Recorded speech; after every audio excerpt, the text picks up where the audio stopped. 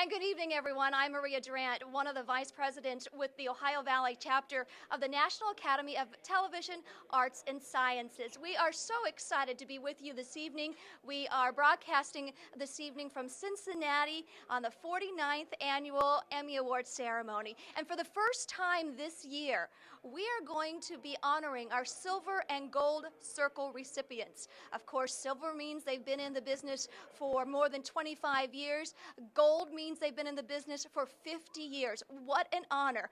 And that's where we start. First of all, we start with Bud Harbsmeier, who has been in the business for 50 years plus. Is that correct, Bud? Yes, you are our 52 years. Bud is our Gold Circle honoree tonight. And first of all, wow, that looks great. First of all, let me congratulate you. What has it been like over the last 50 years for you? I imagine that you have seen so many different changes.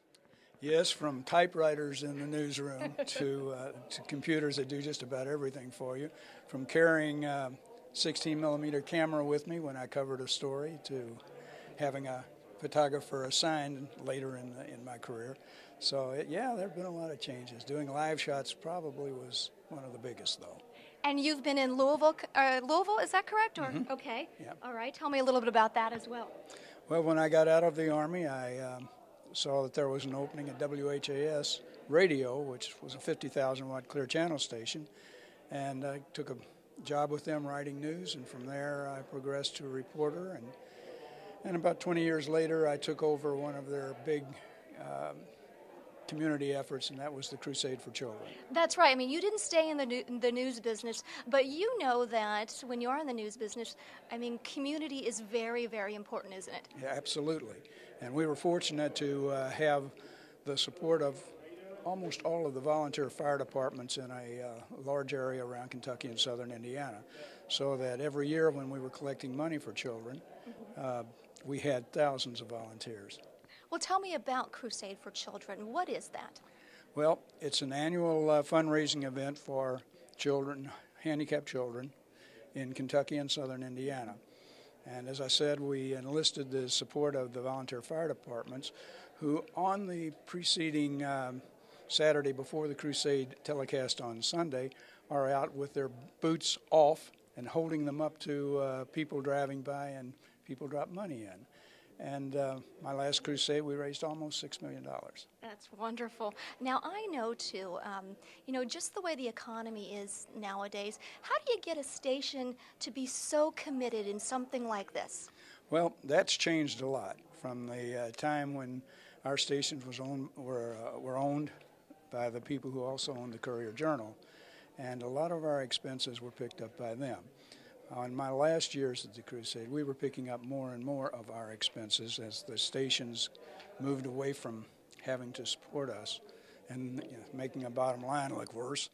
But we were able to invest our money before it went out to our various agencies, and we were able to tell people 100% of everything they gave to the Crusade went to help children in our area. You know, one of the things we do here in this chapter is we reach out to the young, the folks that are just now getting into the business. What's the best advice you have for them as they are entering their career, and you know they're probably watching this as well? Well, see, I'm an old dude, and I cannot tell you what to do. It is a great business to get into. Reporting can be a lot of fun, but reporting is the name of the game, not advocacy.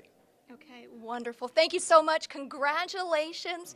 And I know we're going to see you more inside when the ceremony actually begins. I hope so. Wonderful. Well, our next honoree tonight is Barry Fulmer, and he is a Silver Circle honoree. Barry, welcome, welcome. Your award looks wonderful. Well, thank you, thank you. Well, tell me just a little bit about what this means to you. Well, it's an amazing honor. You know, you come and start in this business, and you work and you work, and you hope to, you know, make a dent in your profession, and you know, to be recognized is just it's a pretty big thrill for us. Well, I know 25 years, or how many for you? I know you have 25. to have 25, so you're right there at 25. tell us a little bit about what you do as the news director for its WDRB. Is that correct? Yes, we're the Fox affiliate in Louisville, Kentucky. You know, as news director, I'm responsible for the news, sports, and weather departments, and you know, it's an exciting job because I walk in the door every day and I ask myself, you know, what can happen today? And by the time I go home, you know, it's never what you expected. So it's a thrill. Well, I hear too that actually your news department is expanding. And, you know, there are many news departments that are either shutting down even or downsizing. So, I mean, what's the key? What's your success? Well, we're very fortunate. Right now we're expanding. We're doubling the size of our newsroom. We've done something very unique where we've hired print journalists to join us in our newsroom.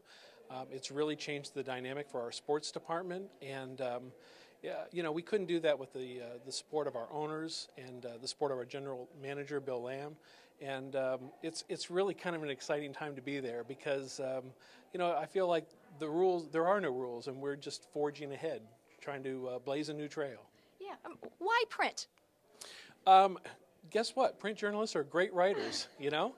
And if you really want to boost your website instead of 30-second stories and quick sound bites, these guys really know how to write. And it's really exciting. Absolutely. Okay. Now, I know you're the news director, so for those that are, you know, just getting into the business, they want to get that first job, what advice do you have for those students or even somebody who's in a smaller market looking to move up? It all comes down to experience and ability. You know, you want a great internship, you want to have a really resume loaded with experience, you know, and you have to be aggressive in going after not just wherever your dream station is, but you have to look elsewhere. You know, you have to accept, you know, anything to get your foot in the door and then just keep, you know, plugging away. All right, Barry, I think they want you to go because I think you've got to take a picture right now with your big group. But congratulations, and we'll see you inside of the ceremony. All right, thank you. All right, thank you so much. And that is the key, you know, when it comes to finding that first job, is get that internship. You know, Barry said it right. You need to meet as many people as you can. And one person who could help is our own Jim Timmerman, who is the president of the Ohio Valley chapter of the National Academy of Television Arts and Sciences. Yes. It's such a mouthful to say that. I'm sorry. It's a long title. You ought to see how it fits on a business card. Or Does it? It doesn't. It doesn't. Talk to me about tonight, how special tonight is. This is a great evening, as you know, because a lot of folks, 450 or so, are being awarded for their excellence. Now, a lot of folks are going to go home with an Emmy Award, but just to be in that room, that's a big deal. Well, and tonight we have a first ever. Yes, this is a sold-out event. There's no more room anywhere. And we a lot really of had us to are push standing people. in the back, and I'm the president. What's the deal with that? But yeah, it's a sold-out event. All these nominees have done outstanding work. They've been nominated because their peers, professionals in the industry, recognize their work as just that, outstanding. And it's all great work. So we're very excited. Everybody loves to be able to say, I have an Emmy nomination. It's a tremendous thing to put on a resume. Oh, it certainly is. Yes, Yeah. it is. You know, what's the timeline for tonight? What are we going to be doing? And tell us just a little bit also about our host for this evening. Oh, yeah. Let's do the timeline first. Yes, so okay. doors open at 6:30. Folks will go in and they'll start their meal. And then at the same time, we're going to be giving away some stuff. Oh, we've got lots of good So stuff to give away, too. That's a really great thing. I mean, you really want to come to this event if you're a professional and you get nominated. Don't stay at home and think, well, I don't need to go, because it's so much fun. It really is. You can probably hear some of the noise right now in the background, but it's a lot of fun. So we'll start with the student awards. Well, we will get to see lots of student work that's been acclaimed as outstanding. We have a Student Production Award, which the chapter sponsors, and there's lots of students here tonight. There really is. We have like 4 tables of students, Right. and you know, that's great to see that kind of you know, people wanting to come and do this. Yeah, and we have a student membership, which we'd love to be able to make that number grow even farther. And it's a stepping stone, as we heard Barry say. This is a great way to begin that professional career. Certainly is. When you can put a Student Production Award from the National Television Academy on your resume, that's a great line. That is really a great line. So we're going to see a lot of those awards. I heard some comments from some judges, and I don't know if you got a chance to judge any student production awards. I didn't do the students, no. We heard lots of comments from the judges, who are all professionals, and they were saying, are you sure this is student work? Oh, I did it last year, and I couldn't believe it. Right. A lot of the work that we're seeing from the college level and from the high school, we have a high school competition as well. The judges are looking at this going, wow, this is tremendous work, and this is stuff that we can see on par with the professionals in the industry.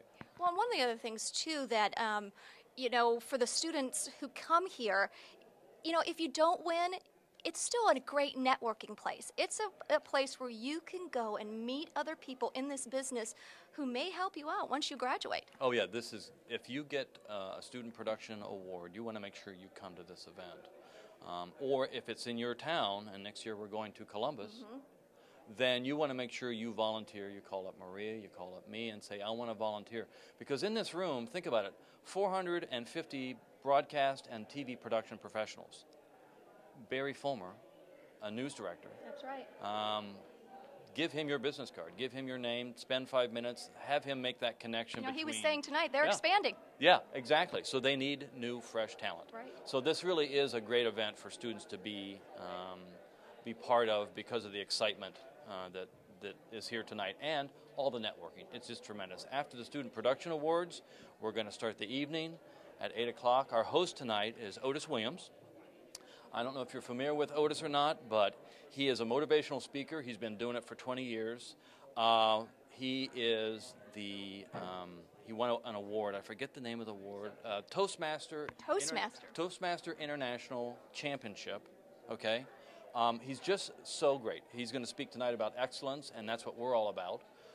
And he's just a very dynamic speaker. So we're very excited to have him as our host tonight, as well as the other presenters who will be from different stations in this market. Me. Yeah. This market and other places across our region, our chapter region. So, and then after the event, we're going to take a group photo, and then we're all going to head down to the nearest bar and just have a grand time. So this event will easily go maybe to 1 o'clock, probably 2 for a lot of folks, and it starts at 5:30. And so we're just happy that you guys are here with us watching tonight. The webcast goes away, I think, around 6:15 or so. Yeah, right? about 6:15, 6:30, and then we'll rejoin again at 8 o'clock, right when the ceremony begins. And I think we're going to speak with another one of our... I think Carol Luper is up That's next. right, our Silver Circle honorees.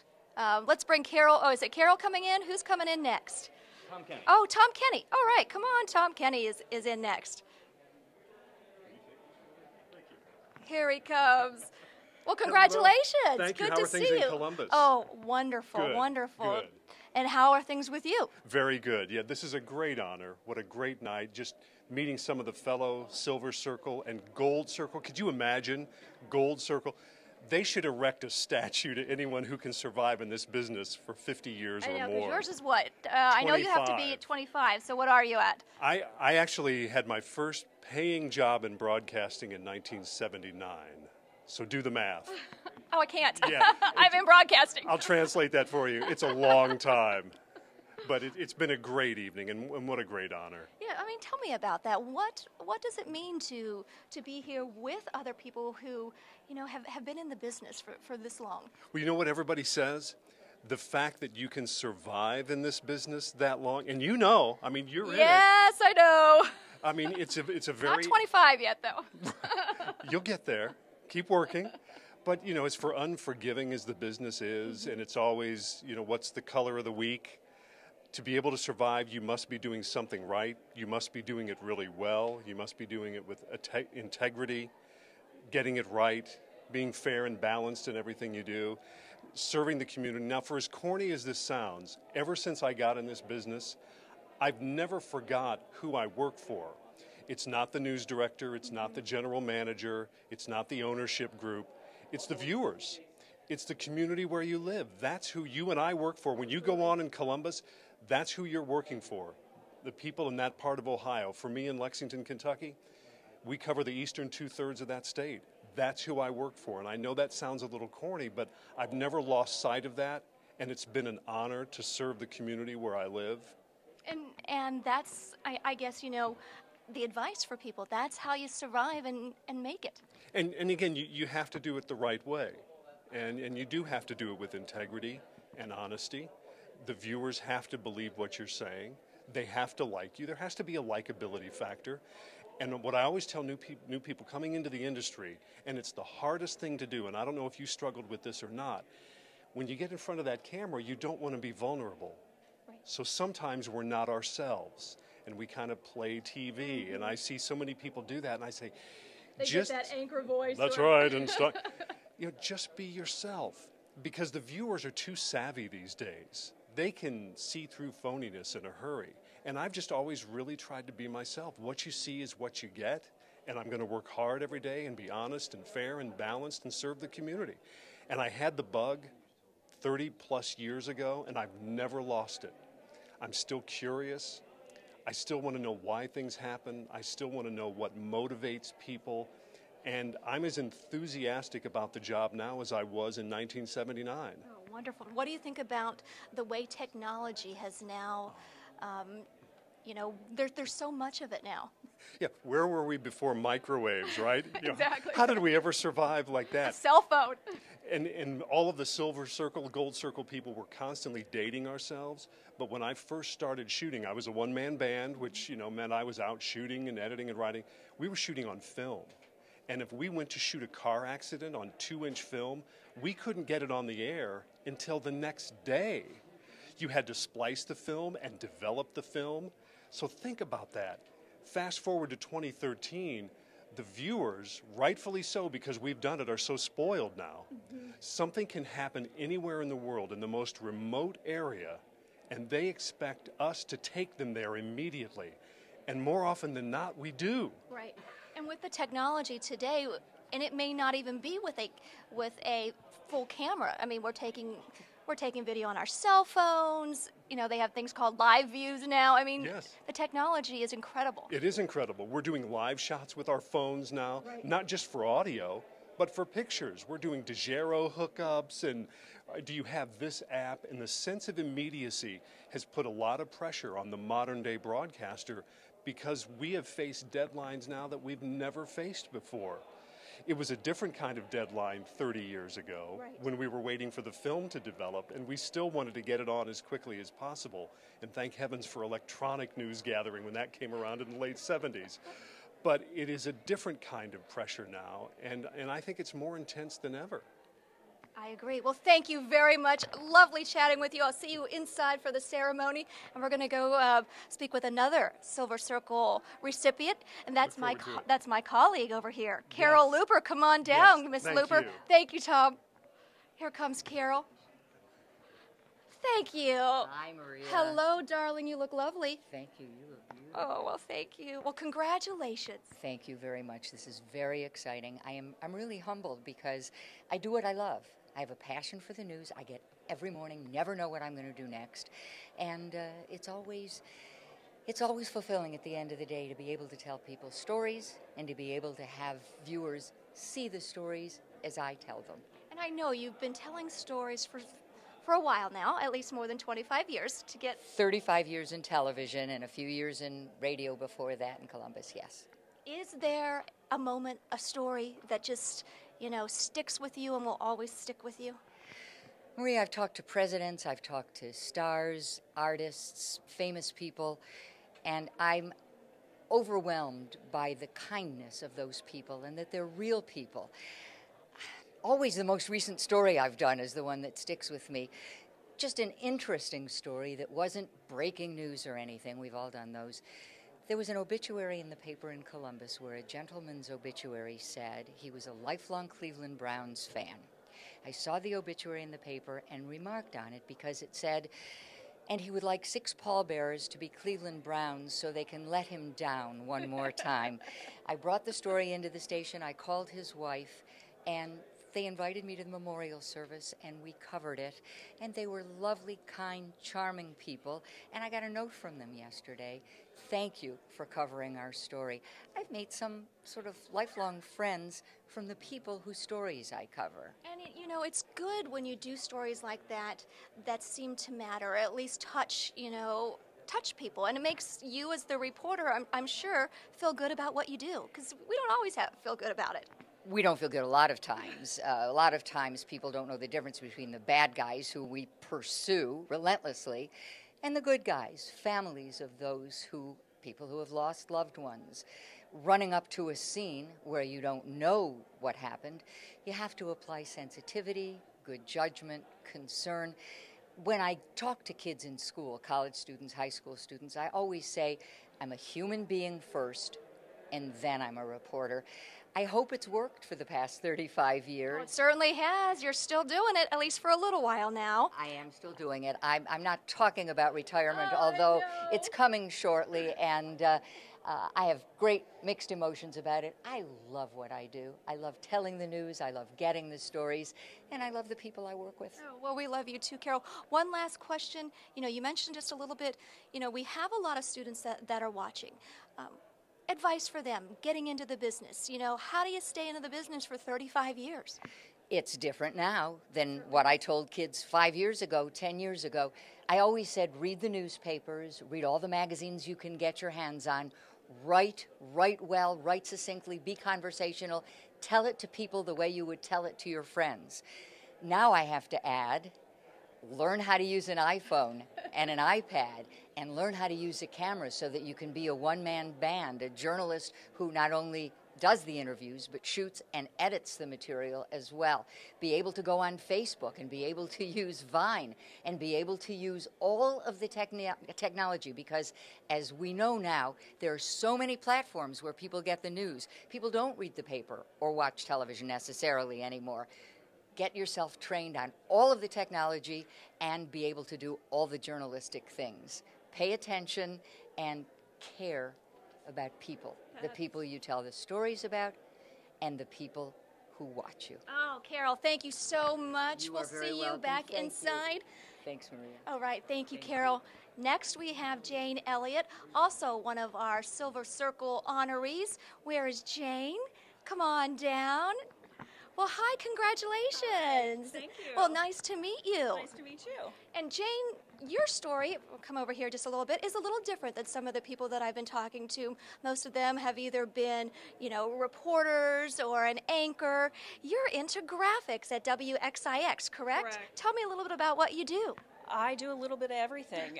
My job changes daily. I do anywhere from show opens to vehicle wraps to billboards to web graphics, print graphics, logo design, a little bit of everything.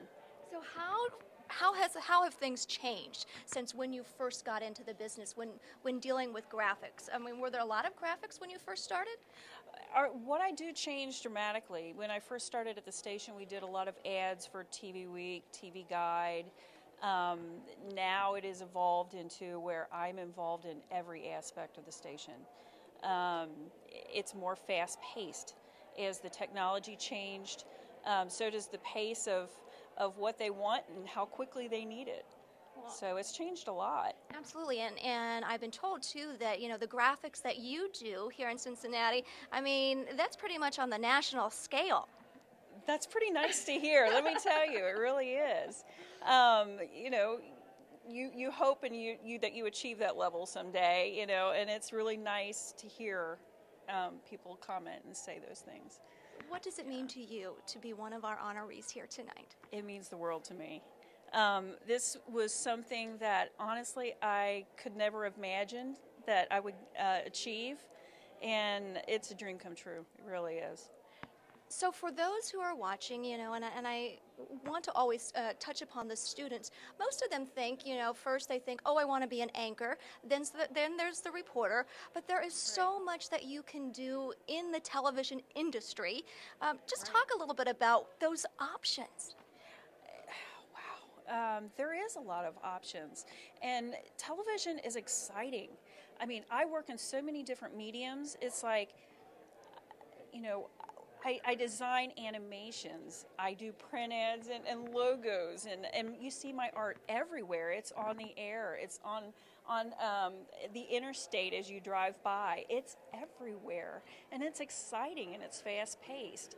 And we're not only are you involved in the on-air aspect of television, but we're also involved with Facebook and Twitter and mobile apps and just every form of media, and it's exciting. Yeah, we've been talking a lot about how this industry has changed over the years, and you start talking about social media, that just proves it, doesn't it? It sure does. It's exciting. All right. Well, thank you, Jane. Again, go in, have a good time, and we'll see you during the ceremony at around 8 o'clock. I think dinner starts at 6:30.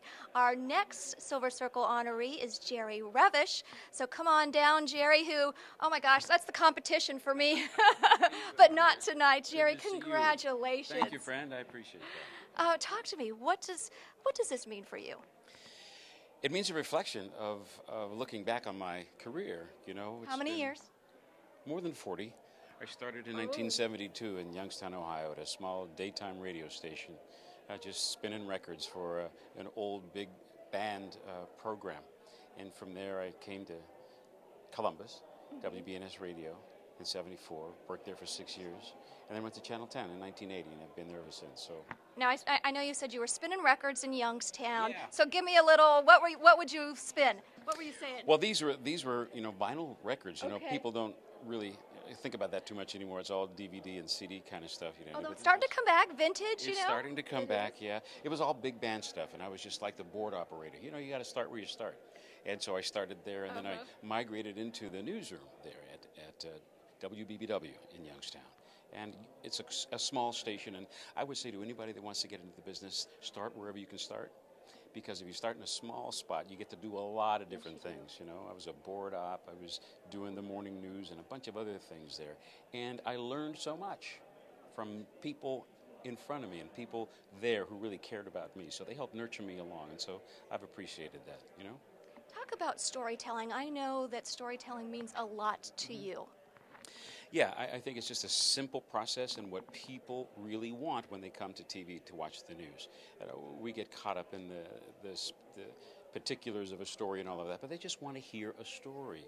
Something that's got a good beginning, middle, and end, something that's written well, something that is simple to follow and understand. And it takes practice, it takes work, but you can get there. Always finding that one kernel of truth in the subject matter and building your story around it. That's always been what I've tried to do. How have you been able to survive for this long? You have a family and everything too. How do you do it? Because the news business is grueling. It is very grueling, but I think you've got to have a good support network. My wife has been with me along the entire ride. We celebrated 39 years. Congratulations. Last month. And raising children, and now we have grandkids, just watching the whole process evolve. It's not a 9-to-5 kind of pursuit. You know that. It's you stay with the story until it's done. And so we understand that, and as a family we've been able to support each other in that. It can be, people get caught up in the glamour of TV, and there are moments of that, but most of the work is very grueling, very time-consuming, very stressful at times, but the reward is when you can put something on the air that people say, I saw that story last night, and it really meant something to me. Certainly does. Now, for you, we talk so much about storytelling. Can you remember one story that really has stuck with you or maybe even made a difference for you? Yeah. Walter Smith, the Columbus bodybuilder, who was wrongfully convicted of rape, he wrote me a letter while he was in Lebanon, facing probably 40, 50 years in prison for these rapes that he did not commit. We went down to Lebanon and interviewed him and took a look at some of the pictures that he had and the story that he told. And before you keep going, what made you actually pursue that? Because, we get letters all the time, people wanting to do stories. What made you pursue this one? I believed him. I just simply believed him. There was something in him that resonated with me. This guy's telling the truth. I can't see him bringing me down here and having spent so much of his own time trying to be his own lawyer, trying to get lawyers on the outside to take his case, and he was getting turned down time after time after time after time. Cutting to the end of that, we found out that there was a shoebox of evidence in the impound room that the county prosecutor had not destroyed. We asked if it could get tested for DNA, and this was really in the early stages of DNA. His grandmother put up $2,500 then to get that material tested, and it proved that he was not the man that committed these rapes. And then about 4 months later, I was there when he walked out of prison. You really did help. I mean, those are the stories that reporters, that we dream of being able to do, where we can really make a difference. It's so true, and I had no idea that that story would take us this far, but he's alive and well. He's doing well in Columbus, Ohio, and we still stay in touch with each other. Great. Thank you. Thank you so much, Jerry. Right. Have a great time tonight. We'll see you back in. Thank you. All right. Next, we will see Steve York, another one of our Silver Circle honorees tonight. Steve, how are you? Congratulations. Thank you very much. I appreciate it. Talk to me a little bit about what this night means to you. Well, I guess it's the biggest award I've ever gotten as a broadcast journalist, that's for sure. And I'm just really thrilled that I was even considered for the award. And it means a lot. I retired 2 years ago, so I'm out of the business full-time now. It's a great way to end my career, I guess you might say. It means a lot. So what's it been like tonight, coming back and seeing maybe some of the people that, have been in the business with you since you have retired? I mean, what's it been like? Well, I keep up with them anyway, but it's nice seeing people that I don't see on a regular basis, people from Lexington and Cincinnati that you don't stay up with as much as you like to. So it's great to come back and renew old friendships and tell a few stories of, do you remember when this happened and things like that. So it's been great. It's been fun. Well, tell a story. What's a story that may stick in your mind that you remember, or any that has really, made a difference in your life? Do you have one? Well, I mean, as far as affected me? Yeah, either way. Well, after I stopped being a reporter, I was an assignment editor for a long time, and I had an opportunity to go twice with the Kentucky Air National Guard on relief missions to Africa. And I think if you've ever visited Somalia or Rwanda, that's the type of thing that sticks with you. But I tell people, really, one of the biggest thrills I had was when I was the field producer for our anchor team that went up when the Supreme Court decided Bush v. Gore. And to be there that night when history was made, when the Supreme Court decided who was going to be the president, that was a big deal. I loved being up there. And I like politics anyway, so that was really a real thrill to be up there that night.